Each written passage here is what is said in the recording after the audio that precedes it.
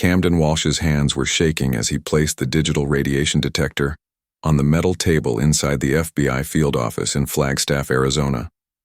The device's screen still glowed with readings that had sent shockwaves through the scientific community 3 days earlier. For 3 years, everyone believed he was dead, vanished without a trace along with his 2 best friends in the unforgiving wilderness of the Grand Canyon. Now, on March 15, 2016, he sat across from federal agents with a story so impossible, so terrifying, that it would force the government to seal off an entire section of one of America's most visited national parks.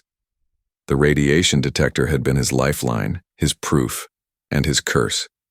It had led him back to civilization, but what it revealed about the canyon's hidden secrets would haunt him forever. The story began on a perfect spring morning in 2013, when 3 young men from Phoenix stood on the south rim of the Grand Canyon, their faces bright with the kind of carefree adventure that comes with being in your late 20s, with nothing but time and possibility ahead of you. Camden Walsh, 29, was the unofficial leader of their group, a software engineer with an obsession for off-trail hiking and hidden places. Tobias Chen, 31, worked as a freelance photographer and carried thousands of dollars worth of camera equipment in his weathered backpack. Manuel Reed, 28, was the practical one, a paramedic who insisted on bringing a first aid kit that could handle everything from a bee sting to a broken bone. They had been best friends since college, meeting every spring for what they called their annual adventure week, pushing themselves to explore places that existed far from the tourist trails and Instagram posts. This year's destination was the Grand Canyon, but not the crowded overlooks and paved walkways that millions of visitors experience. They wanted to find something real, something untouched. Camden had spent months researching obscure geological surveys and old mining reports, looking for remote sections of the canyon that were accessible but rarely visited. He found what he was looking for in a 1960s geological study that mentioned a series of natural caves and rock formations in a side canyon about 8 miles east of the main tourist areas. The report described the area as geologically interesting but difficult to access, requiring advanced hiking skills and technical climbing equipment. It was exactly what they were looking for. On March 22, 2013, the 3 friends loaded their gear into Camden's Jeep and drove to a remote trailhead that most park visitors had never heard of. They carried enough food and water for 5 days, professional-grade climbing gear, and all the safety equipment that Manuel insisted upon. The plan was simple: hike into the side canyon, explore the cave systems mentioned in the old geological report, and return to their vehicle by March 26th. They left detailed itineraries with the Park Service and Camden's girlfriend, Sarah, who was used to his adventurous disappearances, but always worried until he returned with stories and photographs of places that seemed to exist outside the normal world. The first 2 days went exactly as planned. They documented their progress with Tobias's cameras, capturing images of towering red rock walls, hidden waterfalls, and vistas that took their breath away. Camden's GPS showed they were making good time toward the target area, where the caves were supposed to be located. Manuel kept detailed notes in a waterproof journal, recording their route, water consumption, and any potential hazards they encountered. Everything was going perfectly, which is why what happened next was so completely unexpected and terrifying. On the morning of March 24th, they found the caves. The entrance was exactly as described in the 1960s report, a dark opening in the canyon wall that was partially hidden by fallen rocks and desert vegetation. But there was something the old geological survey hadn't mentioned, something that became immediately apparent as they approached the cave entrance. Camden's handheld GPS unit, which had been working perfectly for 3 days, began displaying erratic readings. The satellite signal, which should have been strong in the open canyon, kept cutting in and out. More disturbing was Tobias's camera equipment. His digital cameras, which had been functioning flawlessly, started producing images with strange artifacts and color distortions that he had never seen before. Manuel, with his medical training and natural caution, wanted to turn back. Something felt wrong, he told them. The equipment failures were too unusual, too consistent to be coincidental. But Camden was fascinated by the mystery, and Tobias was intrigued by the unique photographic opportunities that the strange electromagnetic effects might provide. They decided to explore the cave entrance, agreeing to stay together and turn back at the first sign of any real danger. The cave was larger than they expected, opening into a natural chamber about the size of a small house. The walls were smooth red sandstone, carved by millions of years of water erosion. But the most striking feature was not geological. Scattered across the floor of the cave were pieces of metal debris, twisted and melted into shapes that looked almost artistic, but clearly unnatural. The metal pieces glowed with a faint phosphorescence that was visible even with their flashlights on. Camden knelt beside one of the larger pieces and immediately noticed that his GPS unit was going completely haywire. The screen flickered between random coordinates and error messages. Tobias tried to photograph the metal debris, but his cameras produced only blurred, overexposed images filled with streaks of light that weren't visible to the naked eye. It was Manuel who made the connection first. He had seen similar equipment failures during his paramedic training when they practiced responding to radiological emergencies. He suggested they leave immediately and report what they had found to the proper authorities. That's when they heard the sound. It came from deeper in the cave system, a low humming that seemed to vibrate through the rock itself. The sound was mechanical, artificial, completely out of place in the ancient geological formation. Camden felt a mix of excitement and terror as he realized they had discovered something that was not supposed to exist. Against Manuel's increasingly urgent protests, he decided to investigate the source of the humming sound. They moved deeper into the cave, following a narrow passage that led downward into the heart of the canyon. The phosphorescent glow from the metal debris provided just enough light to see, creating an otherworldly atmosphere that made everything feel like a dream. The humming grew louder as they descended, and Camden's broken GPS unit began picking up what looked like a strong signal from somewhere directly ahead of them. That's when everything went wrong. The passage suddenly opened into a massive underground chamber that defied everything they thought they knew about the Grand Canyon's geology. Camden's flashlight beam disappeared into the darkness above them, unable to reach the ceiling. The walls were smooth, almost polished, with a metallic sheen that reflected their lights in strange, distorted patterns. But it was the structure in the center of the chamber that made all three men stop breathing. Rising from the floor like a metallic mountain was what could only be described as machinery, but unlike anything any of them had ever seen. It was roughly cylindrical, about the size of a school bus, with a surface that seemed to shift and shimmer in their flashlight beams. The humming sound was coming from this object, a deep, resonant vibration that they could feel in their bones. Tobias raised his camera instinctively, but the moment he pressed the shutter, every piece of electronic equipment they carried died simultaneously. Camden's GPS went dark, their LED flashlights flickered and failed, and even Manuel's digital watch stopped displaying the time. They were plunged into absolute darkness except for the faint phosphorescent glow emanating from the mysterious structure itself. In the sudden silence that followed the death of the humming sound, they could hear their own panicked breathing echoing off the chamber walls. Manuel fumbled for the manual backup flashlight he always carried, a simple battery-powered model that finally provided them with a steady beam of light. But when the light hit the metallic structure, they realized it had changed. The surface that had been smooth and featureless was now covered with what looked like symbols, geometric patterns that seemed to pulse with their own internal light. Camden approached the structure despite Manuel's whispered warnings to stay back.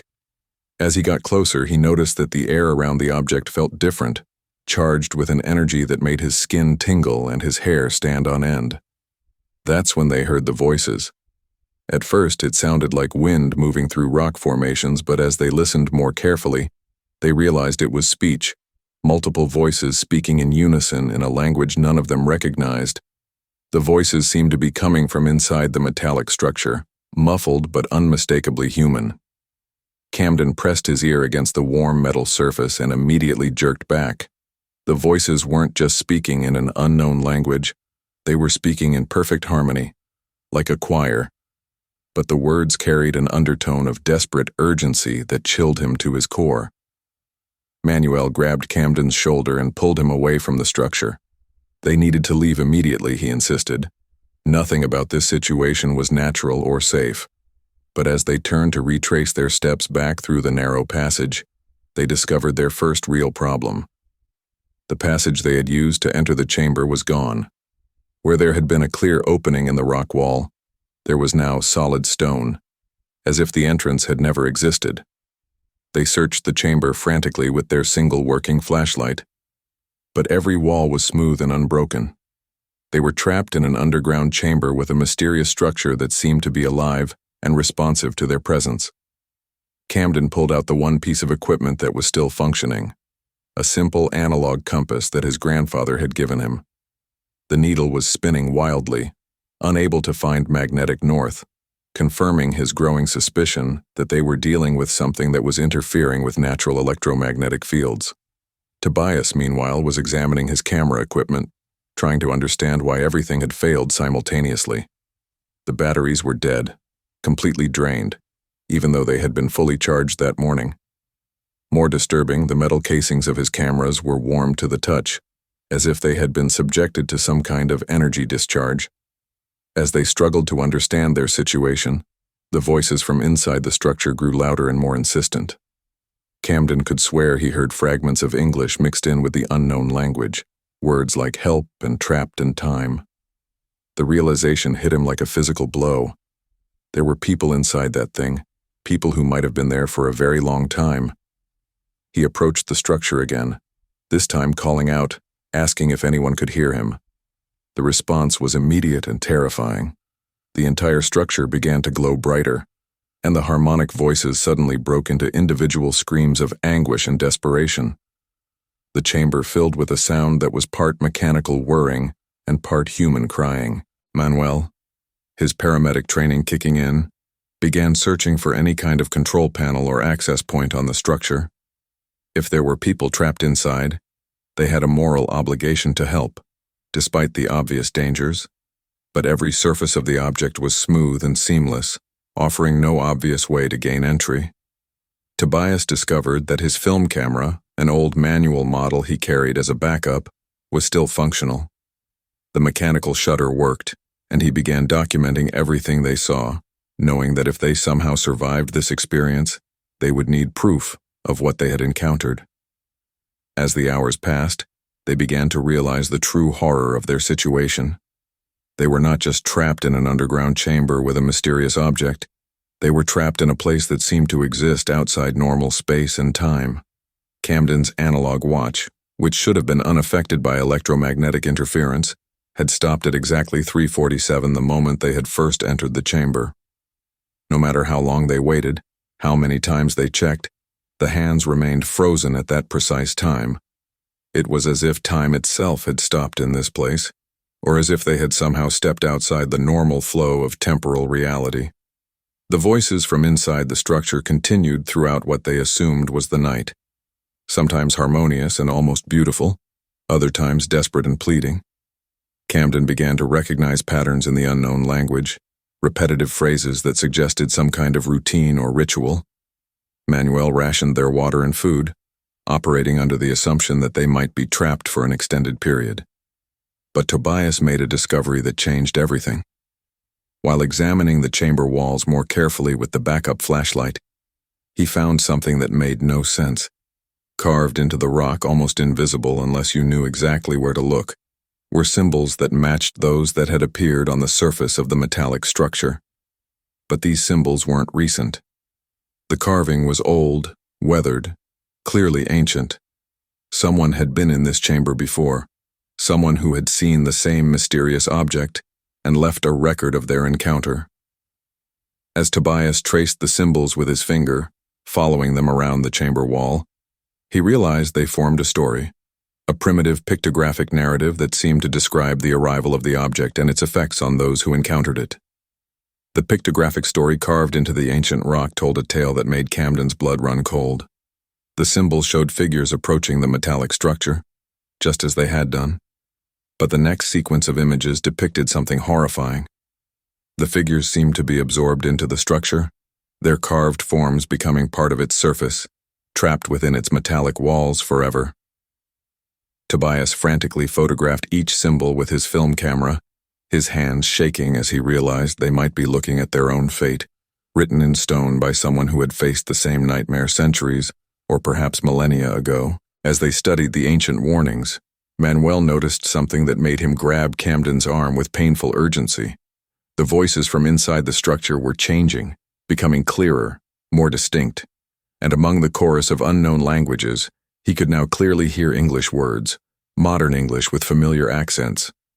The voices were saying names, recent names, places like Denver and Seattle and Phoenix. These weren't ancient spirits or alien beings trapped inside the structure. These were people, possibly recent victims who had stumbled into the same impossible situation they now faced. Camden pressed his ear against the warm metal surface again, listening intently to the voices. What he heard next would haunt him for the rest of his life.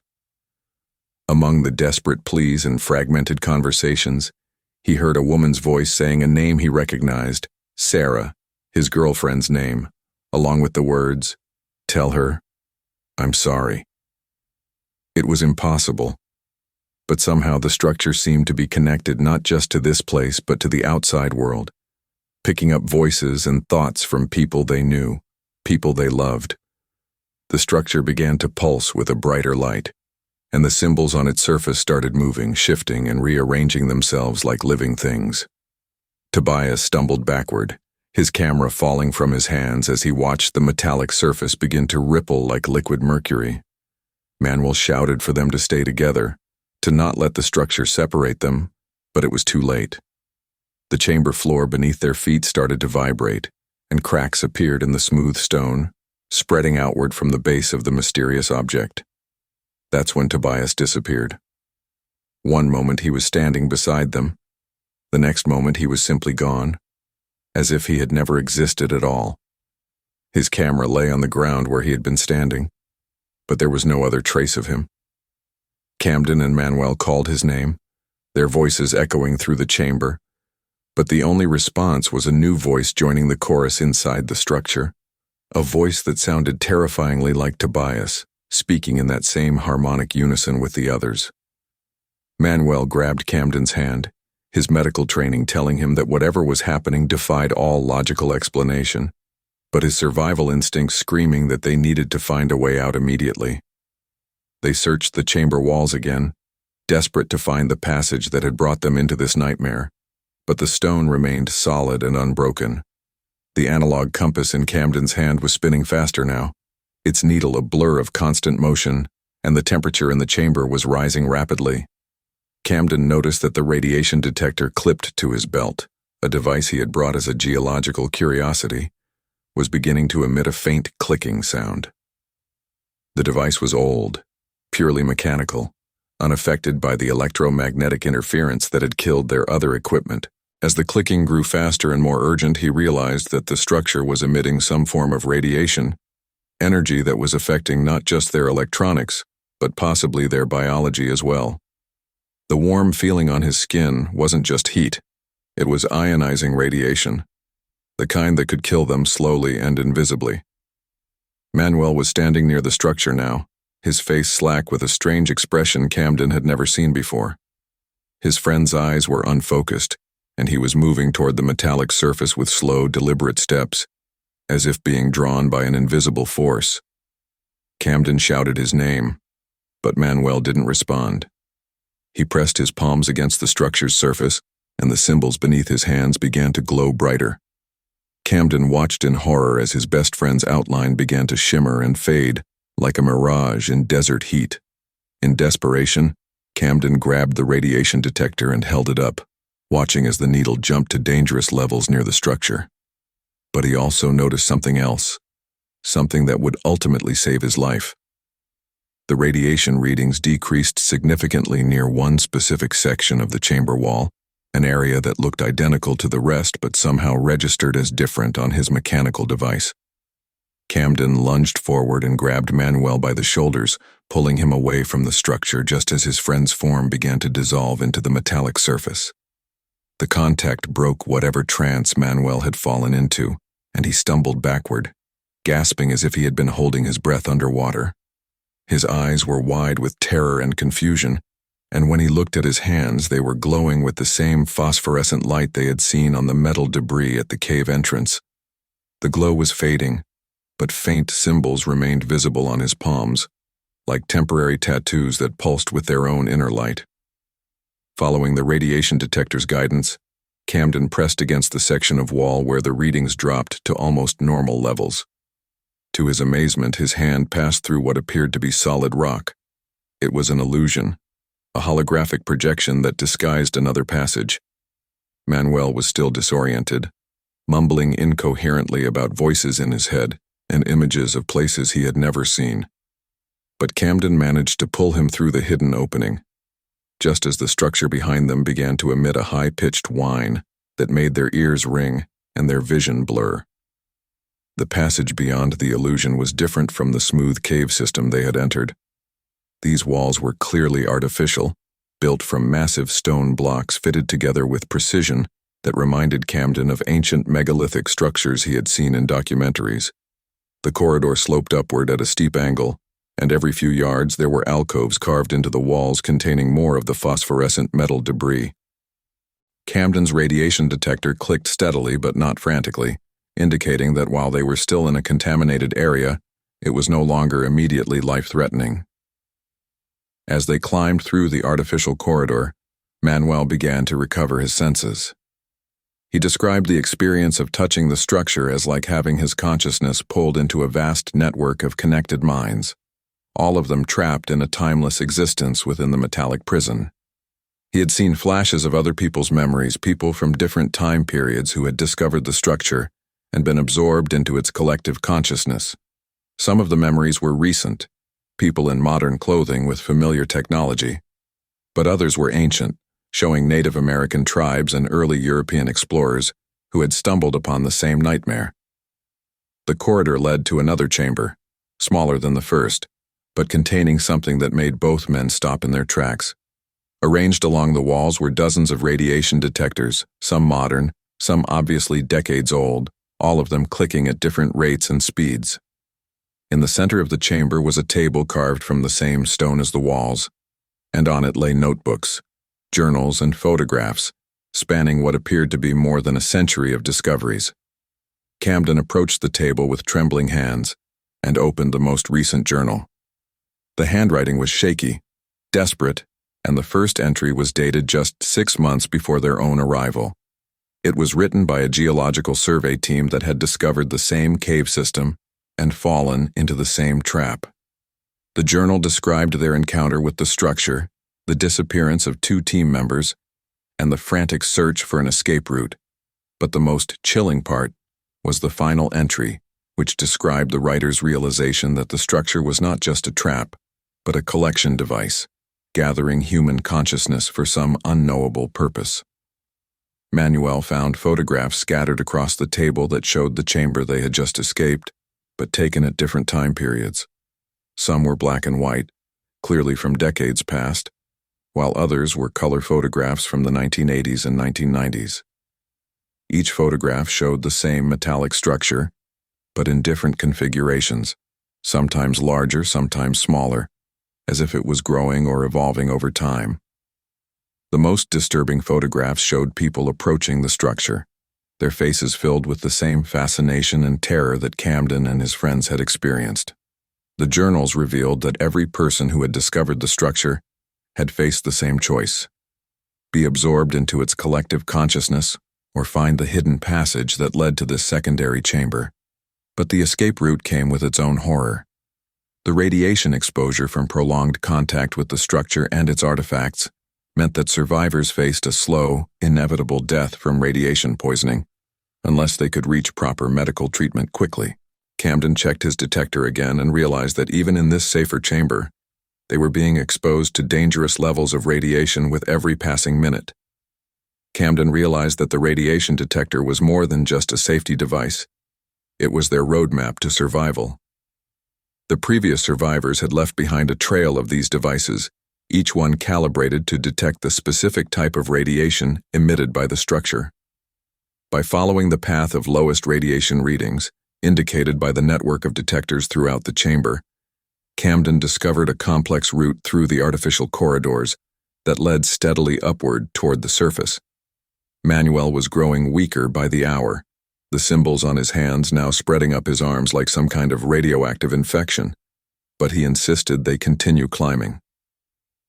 The escape route was a masterpiece of ancient engineering, a series of passages and chambers that spiraled through the canyon walls, always maintaining just enough distance from the main structure to keep radiation levels survivable.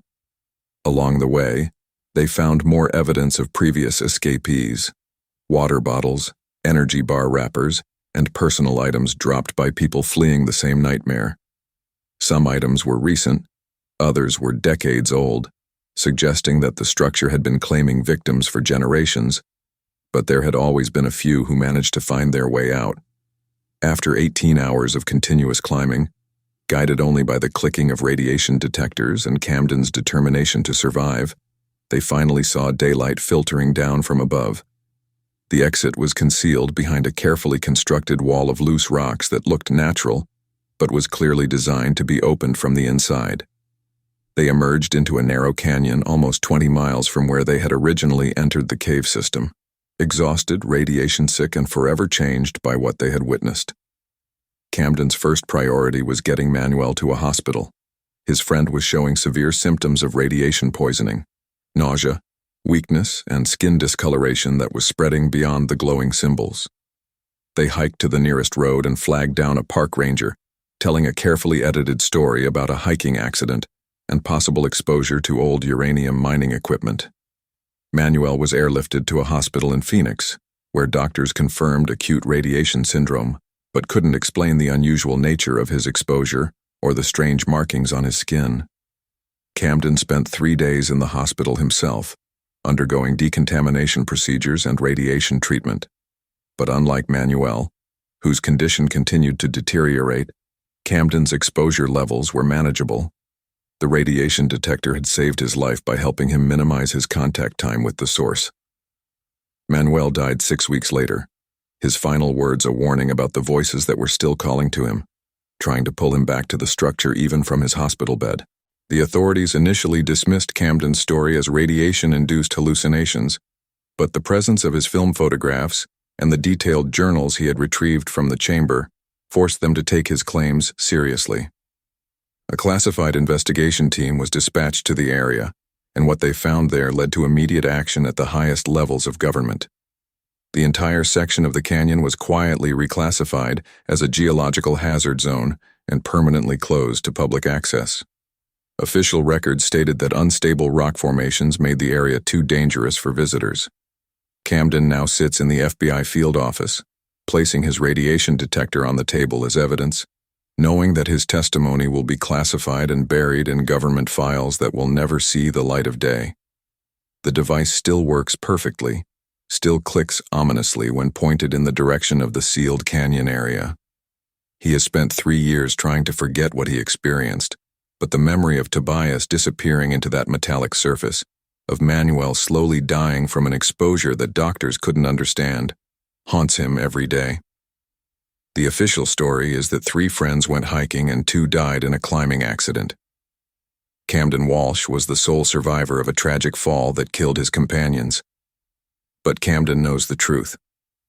Somewhere beneath the Grand Canyon, an ancient structure continues to operate, collecting human consciousness and adding new voices to its eternal chorus.